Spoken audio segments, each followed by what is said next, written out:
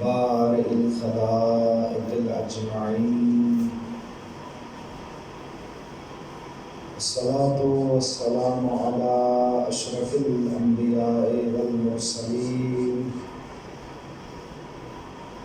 وحبيبه وصفيه وحافظ سره ومبلغ الرسالة سيدنا ومولانا أبي القاسم محمد اللهم صل على محمد وآل محمد وآله الطيبين الطاهرين المعصومين المسمومين. أما بعد، فقال حسين بن علي عليه الصلاة والسلام: إني لم أخرج أشرا ولا بطرا ولا مفسدا ولا ظالما، إنما خرجت لطلب الإصلاح في أمتي جدي، أريد أن آمر بالمعروف وأنهى عن المنكر وأسير بسيرة جدي وأبي علي بن أبي طالب عليه الصلاة والسلام. درود پڑھیے محمد وآل اللهم صل على محمد وآل محمد. توفیقات خیر میں اضافے کے لیے، دعاؤں کی قبولیت کے لیے، مشکلات کی دوری کے لیے، مومنین کے حفظ و سلامتی کے لیے ایک مرتبہ پھر بآواز بلند صلوات پڑھیں محمد و آل محمد. اللهم صل على محمد وآل محمد. انتہائی اختصار کے ساتھ آپ کی خدمت میں چند رائز عرض کروں گا. یہ محفل مجلس استقبال ماہ محرم الحرام کے عنوان سے منعقد ہے.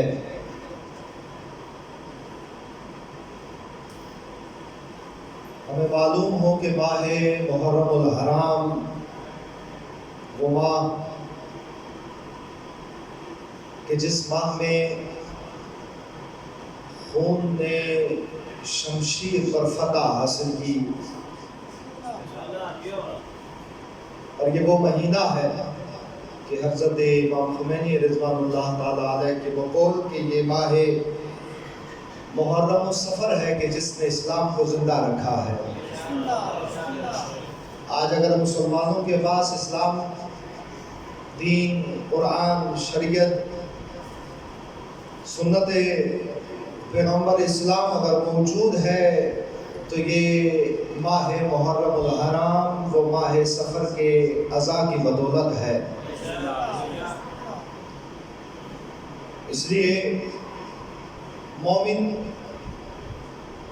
عزادار بڑے اہتمام کے ساتھ ماہ محرم الحرام میں داخل ہو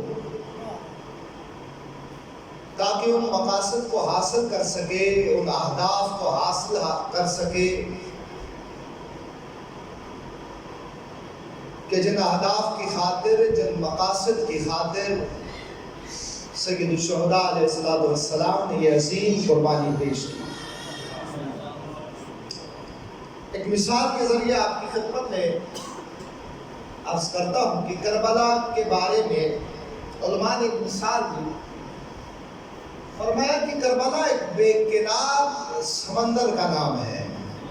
توجہ رکھے گا، مثال زیادہ زحمت نہیں دوں گا، آپ کافی دیر سے تشریف فرما ہے اور گرمی کی شدت بھی ہے. خدا آپ کے انزاحمات کو اپنی بارگاہ میں قبول فرمائے. فرمایا کہ کربلا ایک بے کنار سمندر کے مانند ہے، اور حقیقت ایسی ہے.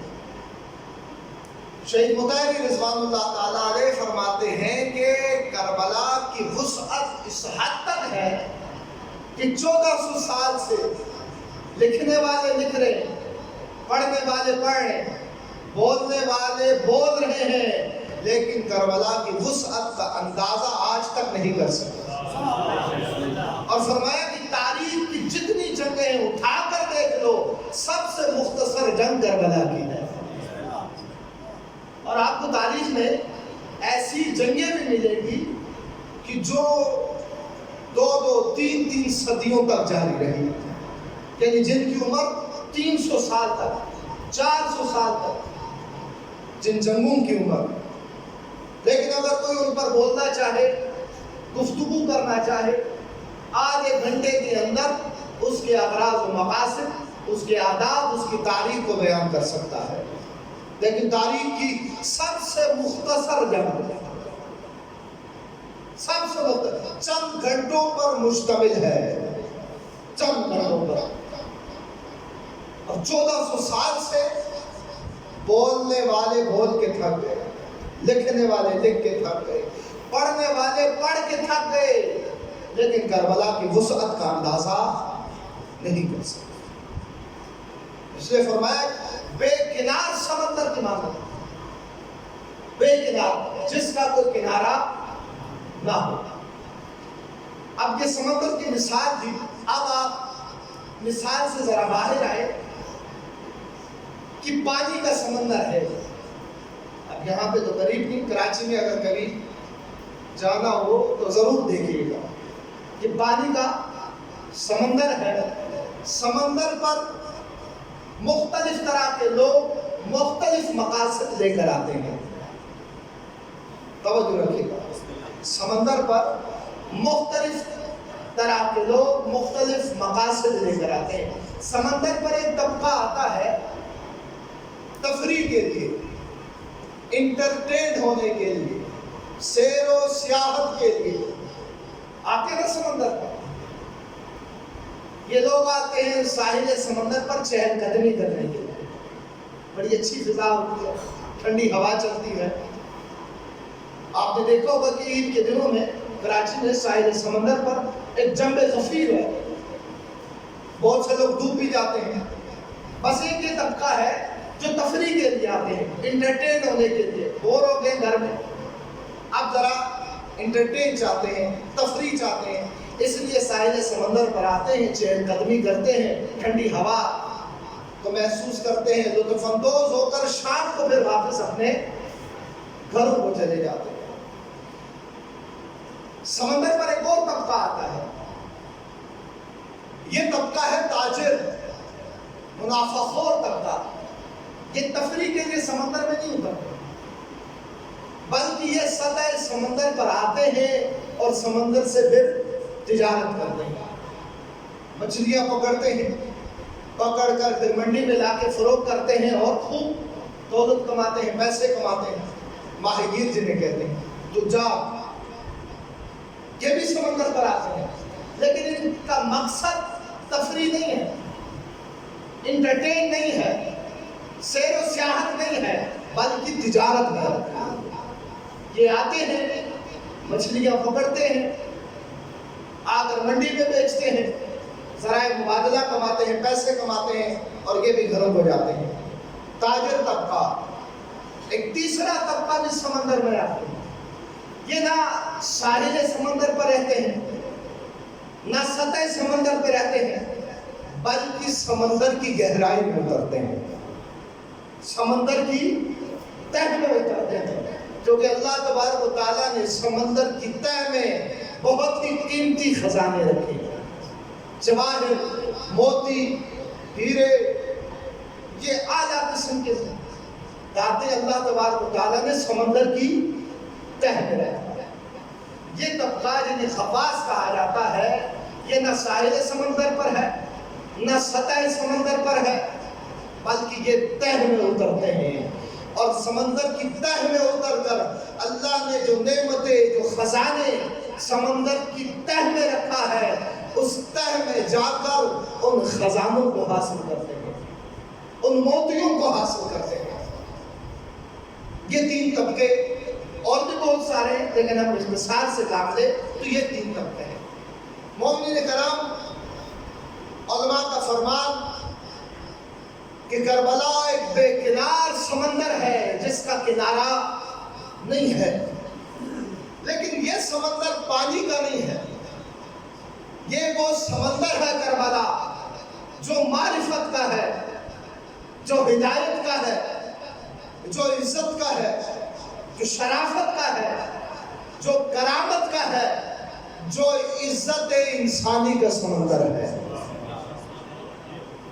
ابھی تک تو پانی کا سمندر تھا، لیکن کربلا بھی سمندر ہے بے کنار، لیکن یہ سمندر سمندر ہدایت ہے، سمندر عزت ہے، سمندر افتخار ہے، سمندر شرافت و کرامت انسانی ہے۔ کرامت انسانیت اس سمندر کے اندر موجود ہے، اگر کوئی حاصل کرنا چاہے۔ اس لیے غیر مسلم کا شعر ہے نا، یہ مسلمان غریب ہے غیر مسلم کا کہ انسان کو بیدار تو ہو لینے دو، ہر قوم پکارے گی ہمارے ہے حسین۔ ہر قوم کیوں پکارے گی؟ کیونکہ ہر قوم کو معلوم ہو جائے گا جب وہ شعور کی سطح پہ پہنچے کہ اگر دنیا میں انسانیت کے لیے شرافت حاصل کرنے کا کوئی ذریعہ ہے، کرامت حاصل کرنے کا کوئی ذریعہ ہے، تو وہ ذریعہ راہ حسین بن علی ہے، وہ راہ کربلا ہے۔ یہ بھی ایک بے کنار سمندر، لیکن ہدایت کا، شرافت کا، عزت کا، کرامت کا، اس سمندر پر بھی 3 طبقے آتے ہیں۔ ایک طبقہ کربلا کے سمندر پر تفریح کے لیے، انٹرٹین ہونے کے لیے آتے ہیں، کچھ تلخ باتیں ہیں، انٹرٹین آگے کیوں آئے بھائی؟ سر سننے آئے ہیں۔ کیوں آئے ہو بھائی؟ خطابت سننے آئے ہیں۔ کیوں آئے ہو بھائی؟ شاعری سننے آئے ہیں۔ اور آتے ہیں، گھروں سے آتے ہیں، آ کر سر سن کے چلے جاتے ہیں۔ آتے ہیں، کیوں آئے ہو بھائی؟ خطیب کی خطابت سن کے چلے گئے، شاعر کی شاعری سن کے چلے گئے۔ آیا کربلا اور روح کربلا کے قریب بھی ہوئے ہو یا نہیں ہوئے ہو؟ لیکن لوگ عشروں کے عشرے گزار دیتے ہیں۔ اگر ان سے بیٹھ کے پوچھا جائے کہ عشرے آپ نے گزار دیا، 10 دن آپ نے مجلس حسین میں گزار دی، ذرا مجھے بتاؤ سید الشہداء نے یہ قربانی کیوں دی تھی؟ آپ کا یہ قیام کس کے لیے تھا؟ کن مقاصد کے لیے تھا؟ کن اہداف کے لیے تھا؟ یا کوئی ایک خطبہ امام کا سنا دو؟ خاموش،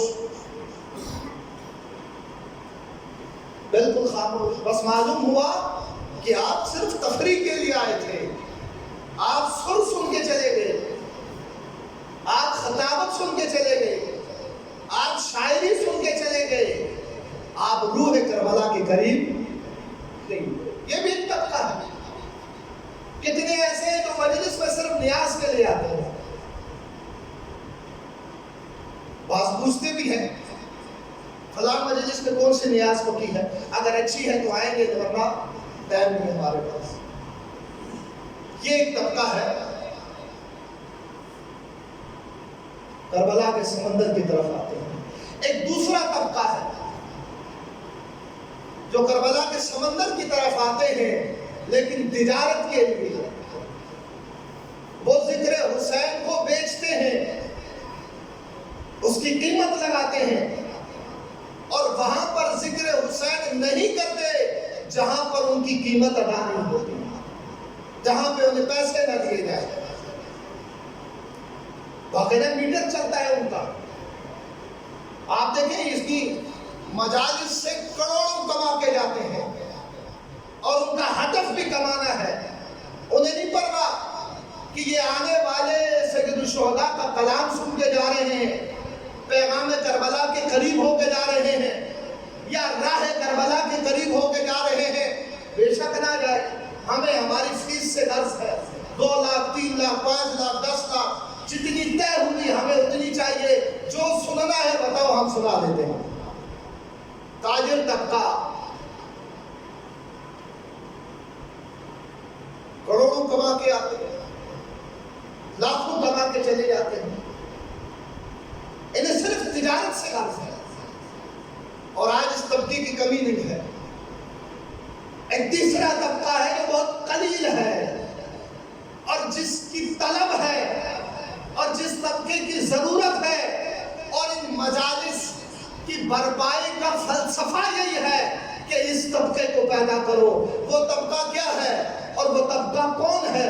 وہ طبقہ نہ تفریح کے لیے آتا ہے، نہ انٹرٹین ہونے کے لیے آتا ہے، نہ تجارت کے لیے آتے ہیں، بلکہ یہ طبقہ اس لیے آتا ہے تاکہ کربلا کی سمندر کی تہ میں اترے اور سید الشہداء جو مصباح الہدیٰ ہے، چراغ ہدایت ہے، اس چراغ ہدایت سے ایسی روشنی لے، ایسی ہدایت لے تاکہ اپنی ظلمانی وجود کو بھی نورانی کرے اور اپنے معاشرے کو بھی نورانی کر سکے.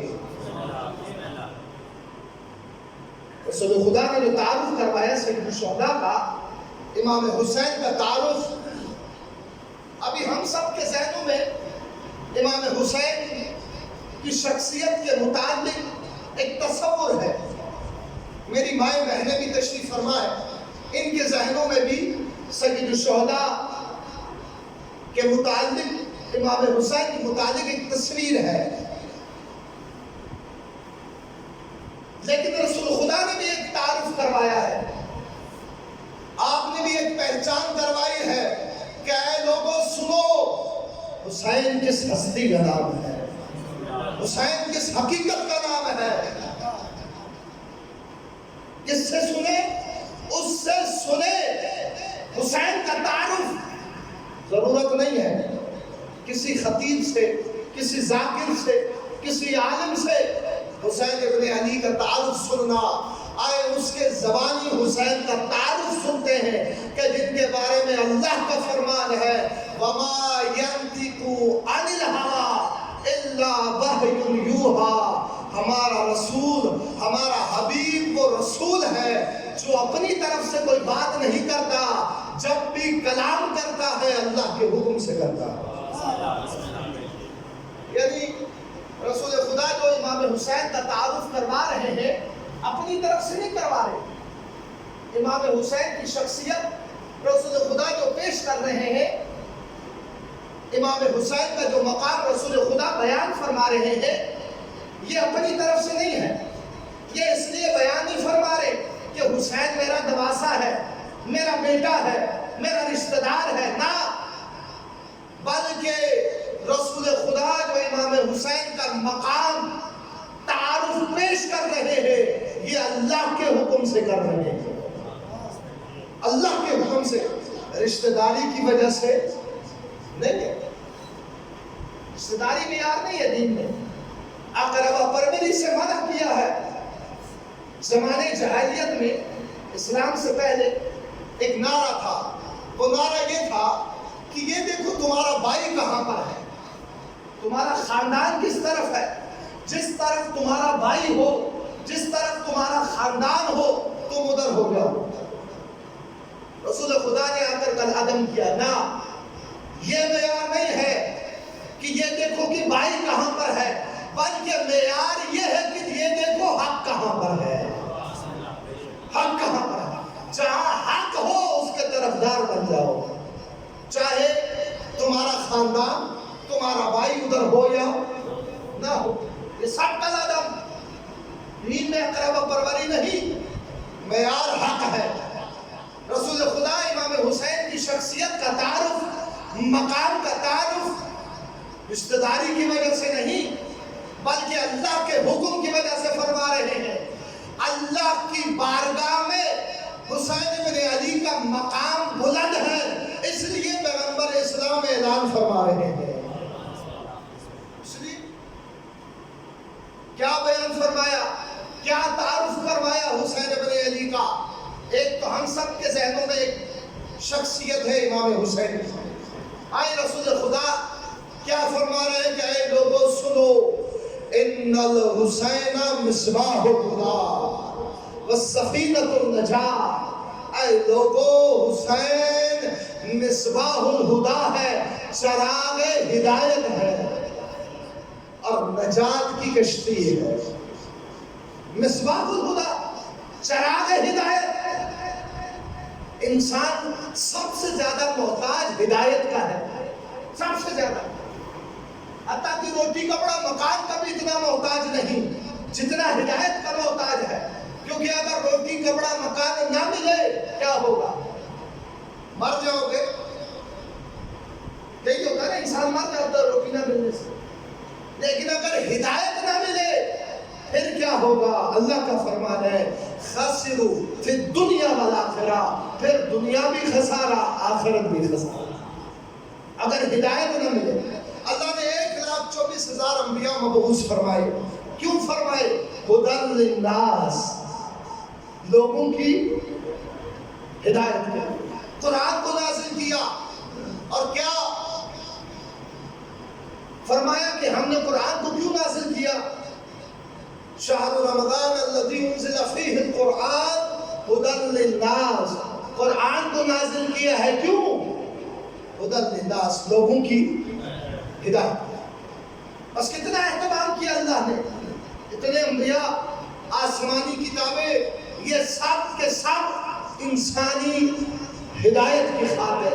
اب پیغمبر اسلام اپنے بعد ایک تعارف تا قیامت تک انسانیت کے لیے وہ بالخصوص مسلمانوں کے لیے بیان کر کے گئے کہ اے انسانوں، اے مسلمانوں، تم محتاج ہدایت ہو۔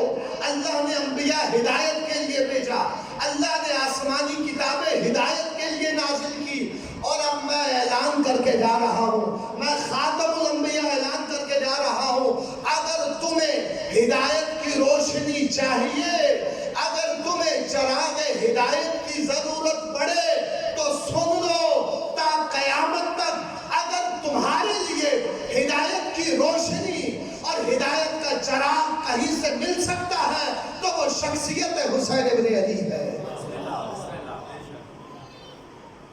وہ راہ حسین ابن علی ہے۔ امام حسین ابن علی مصباح الہدی، چراغ ہدایت، منبع ہدایت تا قیامت تک انسانیت کے۔ اس لیے میں نے عرض کیا کہ تیسرا طبقہ جو قلیل ہے، جو کربلا کے سمندر کی طرف آتے ہیں تاکہ نہ تفریح کرے نہ تجارت کرے بلکہ کربلا کی تہ میں اترے۔ تہ میں کیا رکھا ہے؟ تہ میں کربلا کی تہ میں ہدایت کے موتی رکھے، شرافت انسانی ہے، کرامت انسانی ہے، عزت انسانی ہے کہ اگر کوئی انسان بے کرامت ہو، بے شرافت ہو، بے عزت ہو، لیکن جب مجلس حسین سے جا رہا ہو تو با کرامت، با عزت اور با ہدایت لے کے جا رہا ہو۔ ان مقاصد کی خاطر سید الشہداء نے مومنین کرام اس مقصد کو ذہن میں رکھ کر کربلا کی جانب آئے، ان مجالس کے اہتمام کا حکم دیا کہ ہمارے ذکر میں مجالس برپا کرو۔ کیوں برپا کرو؟ آیا ہمارے ذکر سے اہل بیت کو کچھ ملتا ہے؟ کیا اہل بیت کا مقام بلند یا کم ہوتا ہے؟ نہ، اگر ساری دنیا اہل بیت کا نام لیوا ہو بھی جائے، اہل بیت کے مقام میں نہ اضافہ ہوگا نہ کمی ہوگی، کیونکہ اللہ کی بارگاہ میں جو مقام اہل بیت کا ہے وہ محفوظ ہے۔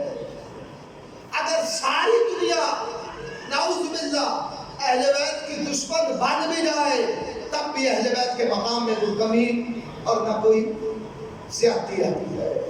یہ جو ذکر اہل بیت، محفل اہل بیت، مجلس اہل بیت کا حکم ہے، یہ اہل بیت اپنے لیے نہیں بلکہ ہمارے لیے ہے، ہمارے لیے کہ مجالس کے محافل ان کے برپائی کا حکم اس لیے ہے تاکہ ان مجلسوں میں آ کر ہم کردار سازی کر سکیں، ہم شخصیت سازی کر سکیں، ہم اپنے آپ کو ایسا بنا سکے، اپنی شخصیت اس طرح سوار سکے کہ اپنے زمانے کے حسین کے ناصر بننے کے قابل ہو سکے۔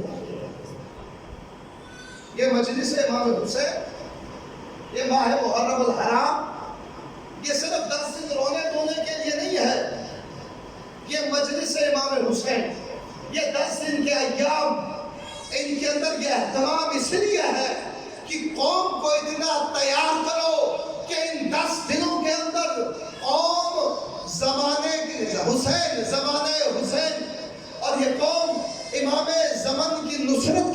تیار ہو سکے، امام زمن کے لشکر کے لیے تیار ہو سکے، اور امام وقت کے ناصر بننے کے لیے تیار ہو سکے۔ اصل حکمت یہ تھی۔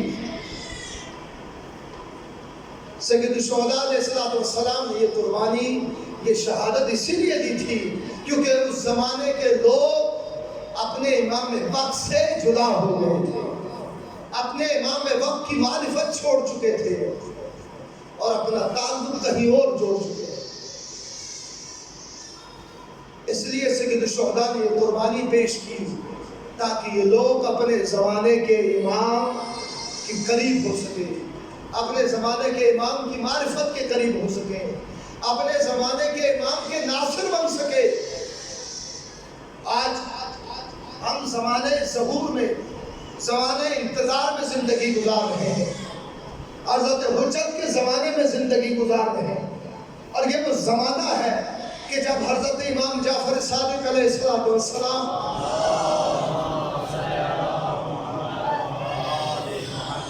اپنے اصحاب کے سامنے زمانے ظہور اور زمانے انتظار کی فضیلت بیان کرتے تھے۔ توجہ رکھیے گا، یعنی اس زمانے کی جب فضیلت بیان کرتے تھے تو امام کے وہ صحابی جو امام کے صحابی بھی ہیں، امام کے شاگرد بھی ہیں، امام کے مطیع بھی ہیں، پیروکار بھی ہیں، امام کے سامنے بھی ہیں، پھر بھی خواہش کرتے تھے اے کاش ہم بھی زمانہ انتظار میں ہوتے ہیں۔ یعنی وہ زمانہ جو آج مجھے اور آپ کو حاصل ہے، خواہش کرتے تھے اے کاش ہم آخری امام کے زمانے میں ہوتے۔ امام صادق کے سامنے موجود ہے، امام کی محفل میں ہے، امام کے صحابی ہے، امام کے ساتھی ہے، پھر بھی خواہش کیا ہے کہ ہم آخری زمانے کے امام کے زمانے میں ہوتے۔ وہ زمانہ جو آپ کو اور مجھے حاصل ہے، اپنے زمانے کو پہچانے، اپنے زمانے کی قدر کرے اور پہچانے زمانے کو کہ ہم زمانے ظہور اور زمانے انتظار میں زندگی گزار رہے ہیں۔ ایک ہمارا بھی امام ہے، ایک آج کا بھی حسین ہے جو 1200 سال سے پردے میں ہے، 1200 سال سے۔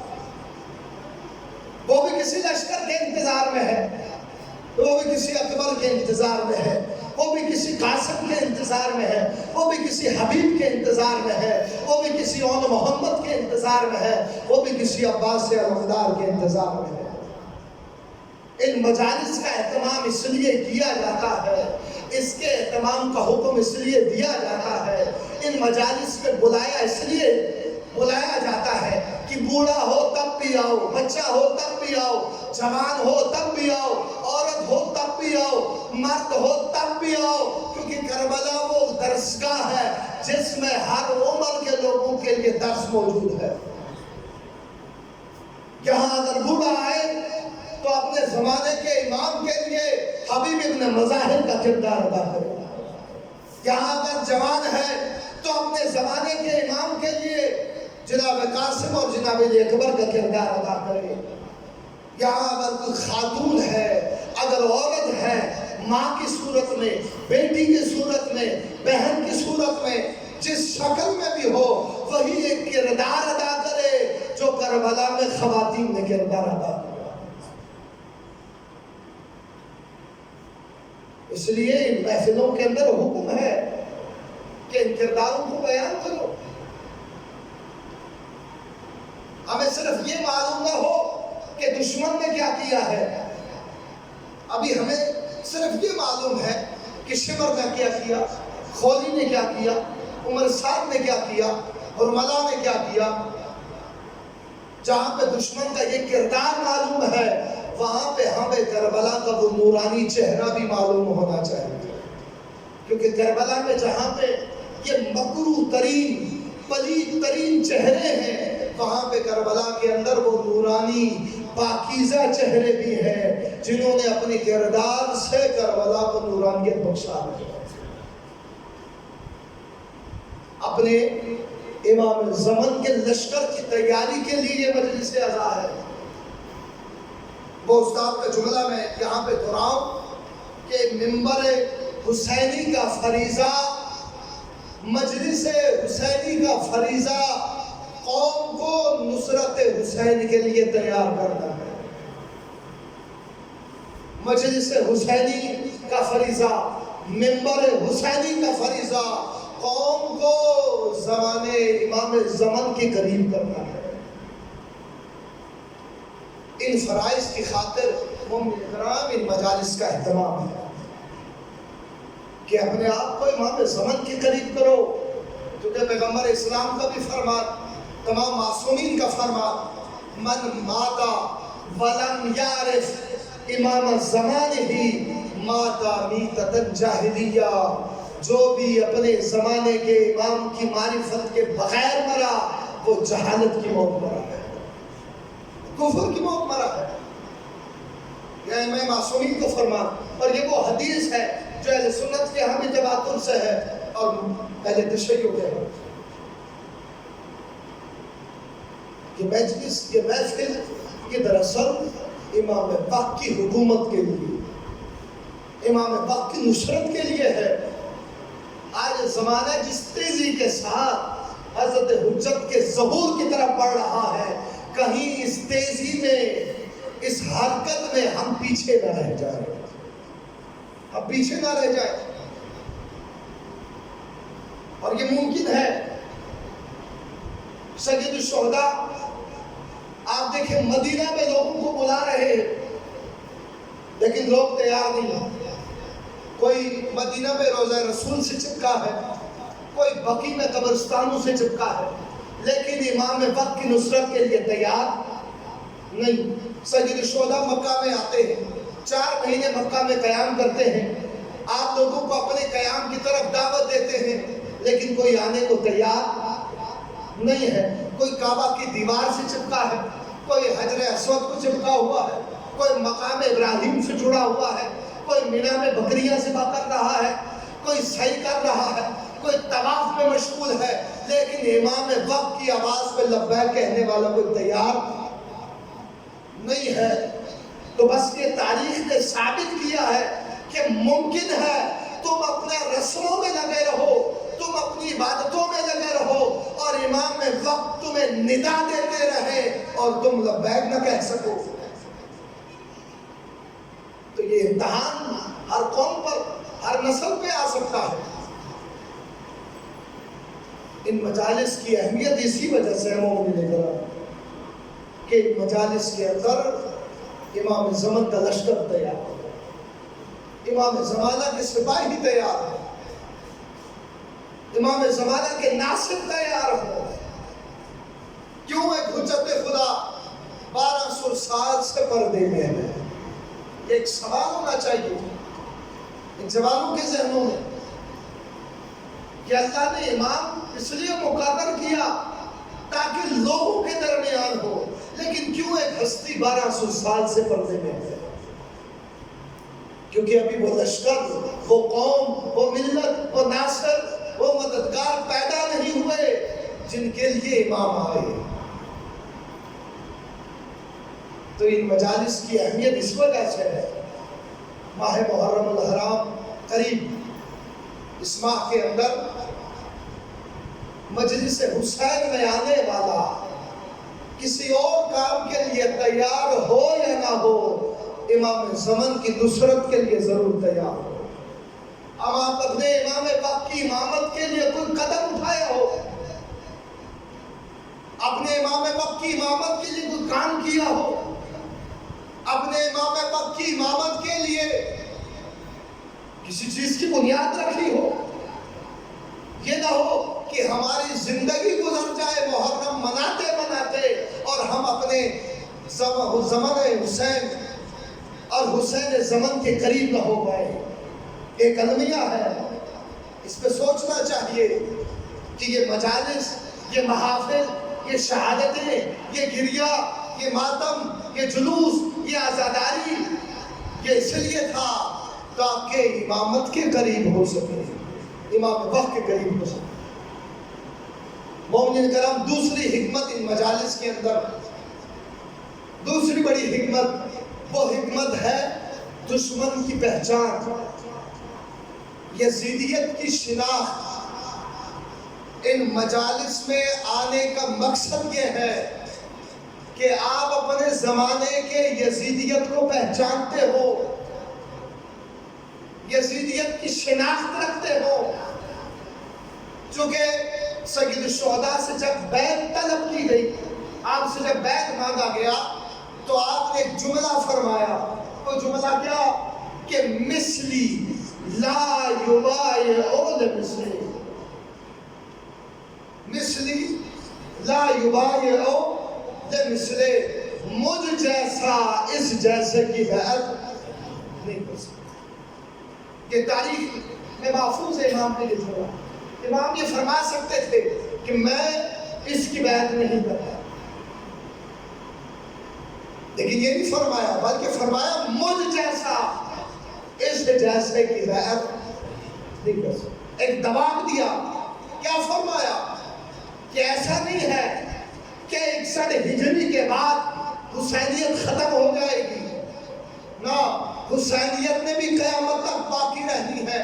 اور ایسا بھی نہیں ہے کہ 61 ہجری کے بعد یزیدیت بھی ختم ہو جائے گی، نہ، اس نے بھی باقی رہنا ہے. کیونکہ حق و باطل کا مارکا تا قیامت تک رہے گا. لیکن اب اس حق و باطل کا نام جدا پڑ گیا ہے. 61 ہجری کے بعد حق اور حقانیت کا نام حسینیت ہے اور باطل کا نام یزیدیت ہے.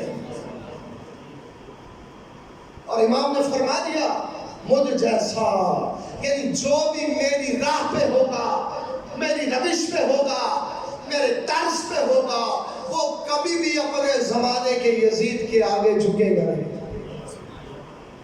کب نہیں جھکے گا؟ جب اسے یزید کی پہچان ہوگی، جب اسے یزید کی شناخت ہوگی. توجہ رکھے گا، میں انتہائی اختصار سے کام لے رہا ہوں. 61 ہجری میں امام حسین سے محبت کرنے والوں کی کمی نہیں تھی. تاریخ اٹھا کر دیکھیں، آپ جب مدینہ سے نکل رہے تھے، مدینے والوں نے روکا، اے ابا عبداللہ آپ نہ جائیں، ہمیں آپ سے محبت ہے. آپ مکہ سے نکلے، مکے والوں نے روکا، صحابہ نے روکا، صحابہ زادوں نے روکا کہ ہمیں آپ سے محبت ہے، آپ شہید ہو جائیں گے، آپ نہ جائیں. بس حسین سے محبت کرنے والے تھے. ان کی مشکل کیا تھی؟ 61 ہجری 60 ہجری میں موجود مسلمانوں کی سب سے بڑی مشکل یہ تھی کہ یہ مسلمان اپنے زمانے کے یزید کی شناخت نہیں رکھتے تھے، پہچان نہیں رکھتے تھے. دشمن کی پہچان سب سے اہم سبب ہے، یزیدیت کی شناخت سب سے اہم سبب ہے. ان کا مسئلہ یہ تھا کہ یہ اپنے زمانے کے یزید کو پہچانتے نہیں تھے. سید الشہداء کی اس مجلس، محفل اور ذکر میں آنے کا مقصد یزیدیت کی شناخت ہے، کیونکہ یزیدیت نے اپنے آپ کو 1000 پردوں میں چھپایا ہوا تھا، 1000 نقاب اپنے اوپر ڈالا ہوا تھا. سید الشہداء نے اپنی شہادت کے ذریعے، اپنی قربانی کے ذریعے یزیدیت کے چہرے پہ پڑے ہوئے نقاب کو ایسا ہٹایا کہ تا قیامت تک یزید و یزیدیت اگر چھپنا چاہے چھپ نہیں سکتی، کیونکہ ایسا نقاب ہٹایا. لیکن شرط یہ ہے، یزیدیت کو پہچاننے کی شرط یہ ہے کہ وہ ذکر حسین میں آئے، وہ مجلس حسین میں آئے، وہ محفل حسین میں آئے، پھر وہ یزیدیت کی شناخت رکھتا اور پھر اس کے مقابلے میں آ سکے گا. دو کام کرنے ہیں محرم میں. ایک، اپنے زمانے کے امام کے ناصر بن جائے، چونکہ آپ کے اور میرے مظلوم امام نے، سید الشہداء نے اس خوش گلے کے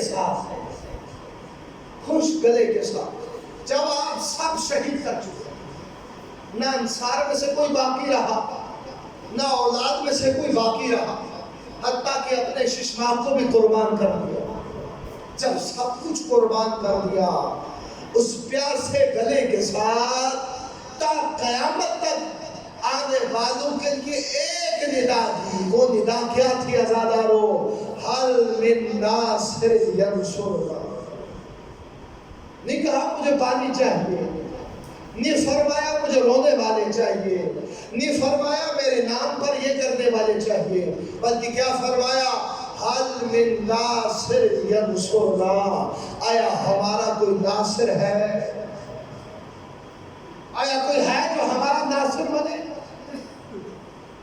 یہ آخری وقت فرمایا. کیوں فرمایا؟